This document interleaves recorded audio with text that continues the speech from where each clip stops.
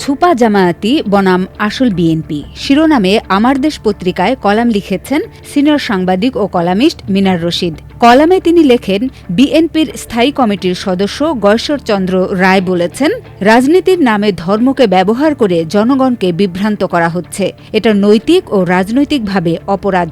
ধর্ম মানুষের আত্মিক সম্পদ, তা দিয়ে ভোটের ব্যবসা চলতে পারে না। আমাদের সবার পরম শ্রদ্ধেয় দাদা এই কথাটি কি শুধু বাংলাদেশকে টার্গেট করে বলেছেন, নাকি তাতে ইন্ডিয়াকেও সংযুক্ত করেছেন তা মালুম হচ্ছে না।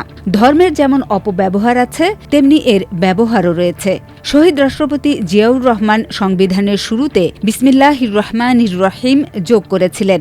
ধর্মনিরপেক্ষতার পরিবর্তে সংবিধানে আল্লাহর ওপর পূর্ণ আস্থা ও বিশ্বাস যোগ করেছিলেন। এগুলোও রাজনীতিতে ধর্মের ব্যবহার, নিঃসন্দেহে ধর্মের অপব্যবহার নয়। কাজেই সাময়িক লাভের জন্য এমন কিছু করা বা বলা ঠিক হবে না যা দলের মূল পলিটিক্যাল ফিলোসফিকে প্রশ্নবিদ্ধ করে। বিএনপি মূলত কনজারভেটিভ ঘরানার দল। আমি যখন 2016 সালে বিএনপির অ্যাক্টিং চেয়ারম্যানের সঙ্গে দেখা করেছি, তখন তিনি ওয়ার্ল্ড কনজারভেটিভ দলগুলোর ফোরাম থেকে বিএনপির আমন্ত্রণপত্রটি দেখিয়েছেন। সেই সম্মেলনে আমির খসরু মাহমুদ সহ আরও কয়েকজন নেতা অংশগ্রহণ করেছিলেন। সম্মেলনে যোগদানের উপলক্ষে বিএনপিকে যোগদানের জন্য যে আমন্ত্রণপত্রটি দেওয়া হয়েছিল, সেটিও আমাকে একটু আগ্রহ ভরেই দেখিয়েছিলেন।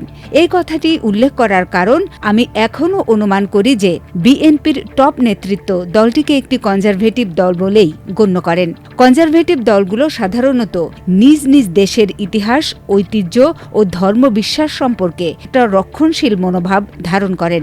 আপনি বিএনপির সবকিছু জেনেই এই দলটিতে যোগ দিয়েছিলেন এবং দলটির বহুমাত্রিকতা রক্ষায় বিশেষ ভূমিকা রেখেছিলেন। এমনকি প্রফেসর গোলাম আজমের জানাজায় যখন অন্য বিএনপি নেতারা যোগ দিতে দ্বিধান্বিত ছিলেন, তখন আপনি বীরের বেশে যোগ দিয়েছিলেন এবং একজন কুশলী রাজনীতিবিদ হিসেবে ভূয়সী প্রশংসা কুড়িয়েছিলেন। ধর্ম ও রাজনীতি অনেক জায়গায় ওভারল্যাপ করে। বিএনপি নিজেও এই ওভারল্যাপকে অ্যাভয়েড করতে পারবে না। শেখ হাসিনা অবশ্য এই কাজটি এক ধরনের হিপোক্রেসির আশ্রয় নিয়ে ম্যানেজ করেছেন। তিনি মুখে মদিনার সনদ, কিন্তু অন্তরে দিল্লির সনদ নিয়ে দেশ শাসনের নামে জনগণের উপর স্টিম রোলার চালিয়ে গেছেন। প্রিয় দাদা, রাজনীতিতে ধর্মর ব্যবহার সবাই করে। বিজেপি ও জামায়াত করে তাদের মতো করে, কংগ্রেস ও আওয়ামী লীগ করে তাদের মতো করে। বিএনপিরও এ ব্যাপারে একটা নিজস্ব স্টাইল বা আদর্শ রয়েছে।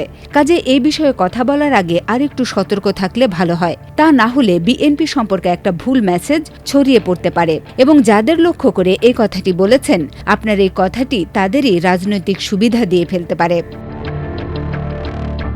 জামায়াতের সঙ্গে বিএনপির মূল পার্থক্যটি হল, জামায়াত যেখানে শুধু সংখ্যাগুরু মুসলিমদের আবেগকে ধারণ করে, সেখানে বিএনপি সংখ্যাগুরুর রাজনৈতিক আবেগ ধারণ করার সঙ্গে সঙ্গে অন্যান্য সংখ্যালঘুর জন্যও একটা কমফোর্টেবল প্ল্যাটফর্ম তৈরি করতে পেরেছে। বিএনপিতে আপনার ও আপনার পরিবারের বর্তমান অবস্থান তার বড় প্রমাণ। কাজে দয়া করে এই জায়গা থেকে বিএনপিকে সরাবেন না। জামায়াতের সঙ্গে দূরত্ব সৃষ্টি করতে গিয়ে যেন ইসলামের সঙ্গে দূরত্ব তৈরি না হয়ে পড়ে। প্রিয় দাদা, প্রায় 4-5 হাজার কর্মীকে শাস্তি দিয়েও অনৈতিক কর্মকাণ্ড থেকে বিরত রাখতে পারছেন না। এখন মনে হচ্ছে ঠক বাঁচতে গিয়ে গা উজাড় হয়ে পড়বে।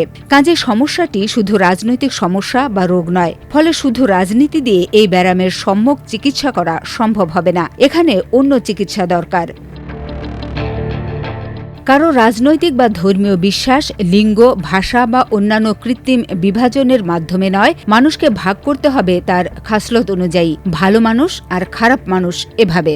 অন্য কথায়, প্রকৃত ধার্মিক ও অধার্মিক এই লাইন বরাবর ভাগ করতে হবে। চোর, বাটপার, চাঁদাবাজ, কমিশনখোর, ধর্ষক, ইতর এরা সব অধার্মিক। গয়েশ্বর দাদার সনাতন ধর্মসহ সব ধর্মই এ ব্যাপারে সহমত পোষণ করে। আমাদের দরকার কিছু ভালো মানুষের ফ্যাক্টরি। পৃথিবীর প্রত্যেকটা ধর্মই ভালো মানুষ তৈরির আদি ফ্যাক্টরি। যদিও এখানে কিছু আগাছা জন্মে গেছে। এখন আগাছা সাফ করতে গিয়ে যেন মূল গাছটি কেটে না ফেলে।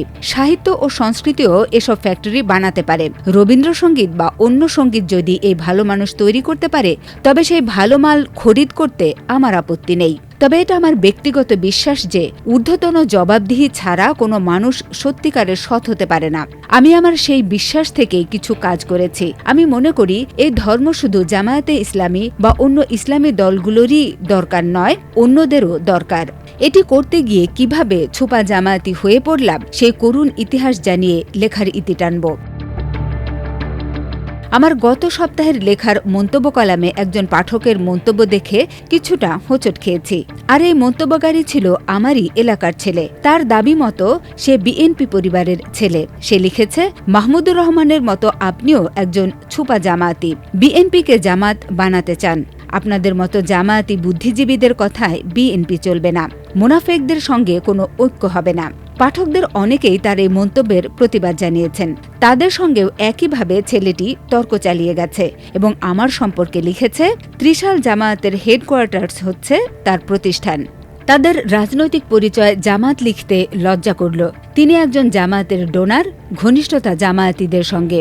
বিএনপিকে নসিহত করেন জামায়াতি ভাষায়। জামাত যখনই বিপদে পড়ে তখন তিনি ঐক্যের কলাম লেখেন। পাঠকদের বোঝার সুবিধার্থে আমি তার লেখার শব্দগুলো ঠিক রেখে দাঁড়িয়ে কমা বসিয়ে দিয়েছি। আরেকটি কারণে এই ছেলেটির ওপর বিরক্ত, ক্ষুব্ধ ও হতাশ হয়েছি। বিরক্ত ও ক্ষুব্ধ হয়েছি কারণ এলাকার ছেলে হয়েও সে আমার এবং আমার প্রতিষ্ঠান সম্পর্কে সঠিক তথ্য দিতে পারিনি। আমি যাদের সঙ্গে নজরুল একাডেমি ত্রিশাল থেকে পাশ করেছি তাদের অনেকেই ত্রিশালেই আছেন। ছাত্র জীবনে কোনো রাজনীতির সঙ্গে জড়িয়ে ছিলাম কিনা তারাই বড় সাক্ষী। আর হতাশ হয়েছি এই কারণে যে আমার সেই স্কুল থেকে পাশ করা এই সাবেক ছাত্রটি কয়েকটি লাইন শুদ্ধ করে লিখতে পারে না। মজার বিষয় হলো, আমার যে প্রতিষ্ঠানকে সে ত্রিশাল জামায়াতের হেডকোয়ার্টার্স বলে অভিযোগ করেছে সেই প্রতিষ্ঠান থেকে সে নিজেও পড়াশোনা করে এসেছে। তার দাবি মতো এই প্রতিষ্ঠান যদি জামায়াতের হেডকোয়ার্টার্স হতো তাহলে এই ছেলেটির নিজেরও শিবির হয়ে বেরোনোর কথা ছিল। অন্ততপক্ষে এই প্রতিষ্ঠানের 50% ছাত্রছাত্রীর তা হওয়ার কথা ছিল। পরবর্তী সময়ে জামাত নেতাদের কারো কারো সঙ্গে যোগাযোগ হয়েছে, সেটাই প্রতিষ্ঠানের কারণেই। এখানে কখনোই আমি রাখঢাক কিছু রাখিনি। এটা স্বীকার করতে কোনো দ্বিধা নেই যে এরকম নৈতিক শিক্ষা প্রতিষ্ঠান তৈরিতে জামায়াতের লোকজন যেভাবে এগিয়ে এসেছে অন্য কোনো দলের নেতাকর্মীরা সেভাবে এগিয়ে আসেনি। তবে আমাদের এই প্রতিষ্ঠানটিতে বিএনপি ও জামাত উভয় দলের লোকজনই ছিলেন। এই প্রতিষ্ঠানের কারণেই তাদের সঙ্গে আমার যোগাযোগ হয়েছে। এই প্রতিষ্ঠানের কাজ ছাড়া অন্য কোনো রাজনৈতিক প্রোগ্রামে কেউ কখনো আমাকে দেখেছেন কিনা জানালে খুশি হব। আমি এই ছেলেটির উপর এই বিষয়টি অনুসন্ধানের দায়িত্ব দিয়ে রাখলাম। আমাদের প্রতিষ্ঠান তৈরিতে মরহুম আজিজ মহাজন, মৌলানা নুরুল্লাহ, অ্যাডভোকেট ফজলুল হক তারা বিএনপি অথবা অজামায়াতি ঘরানার লোক ছিলেন। এই প্রতিষ্ঠানটি গড়ার পেছনে তাদেরও অনেক অবদান রয়েছে। কেন এ ধরনের প্রতিষ্ঠান গড়ার উদ্যোগ নিয়েছিলাম? অপরাপর শিক্ষিত বিবেকবান মানুষের মতো আমার মনে ওই প্রশ্নটি জেগেছে। আচ্ছা, আমরা সৎ মানুষ বা ধার্মিক মানুষগুলো তৈরি করছি শুধু মসজিদে আজান দেওয়ার জন্য, বিয়ে পড়ানোর জন্য, জানাজার নামাজ পড়ানোর জন্য, মিলাদ পড়ানোর জন্য। অথচ সৎ মানুষ বেশি দরকার ইহকালীন ফাংশনগুলোয়। তাদের সৎ বানানো দরকার যারা বিমান বাহিনীর জন্য যুদ্ধ বিমান কিনবে, যারা রাষ্ট্রের নিরাপত্তার প্রশ্নে বড় সিদ্ধান্ত নেবে। যদি তারা সৎ না হয় তাহলে তারা কমিশনের লোভে এমন বিমান কিনবে যেগুলো আসল সময় দেশের নিরাপত্তা দেওয়া তো দূরের কথা, ট্রেনিংয়ের সময়েই অনেক বিধবা তৈরি করে ফেলবে, কিংবা স্কুলের ওপর আছড়ে পড়ে জাতীয় ট্র্যাজেডি তৈরি করবে। ভয়াবহ বিমান দুর্ঘটনাটি দেখে অনেকের মনেই এই ভাবনার উদয় হচ্ছে। তাদের সৎ বানানো দরকার যারা সরকারি খাজাঞ্চিখানার পাহারাদার হবে, না হলে কোটি কোটি টাকা গায়েব হয়ে যাবে চোখের সামনে। আমাদের ফরেন রিজার্ভের ডলার চলে যাবে ফিলিপাইনের ক্যাসিনোতে।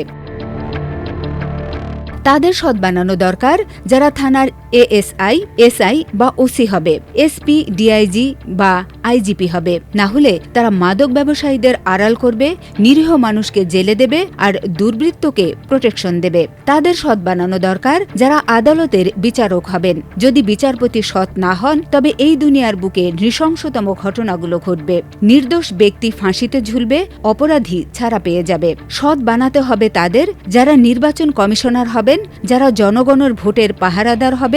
না হলে রাতের আধারে ভোট ডাকাতি হবে আর জনগণের আশা ভেঙে যাবে।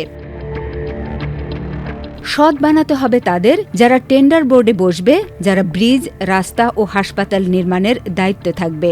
না হলে জনগণের কোটি কোটি টাকা যাবে ঠিকাদারের পকেটে, আর নির্মাণের আগেই ধসে পড়বে সেতু। রডের বদলে বাঁশ দিয়ে জাতির কপালেও বাঁশ দেবে।